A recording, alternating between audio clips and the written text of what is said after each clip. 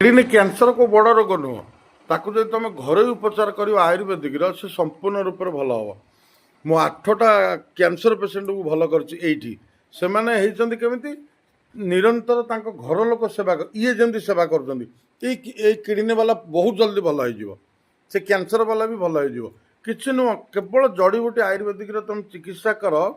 जमितिया 4th stage cancer भल हो ए माँ तो 2.5-3 वर्ष से तो पूरा कलमल था फास्ट जो मो पाक आसला देख फुली पाद पाद सब फुली डॉक्टर कहते डायलिसिस करूँ मु मना करी ना जे ना मुझे भल करदे कि भल हो गले देख भगवान द्वारा डायलिसिस वाला को टे कष्ट हम किंतु भल हम हेले तुम घर चिकित्सा जदि स्ट्रंग रहा पूरा भल हो भाया लोक जब तुम पाखे सी थे भल करदे ये बहुत केयर नौ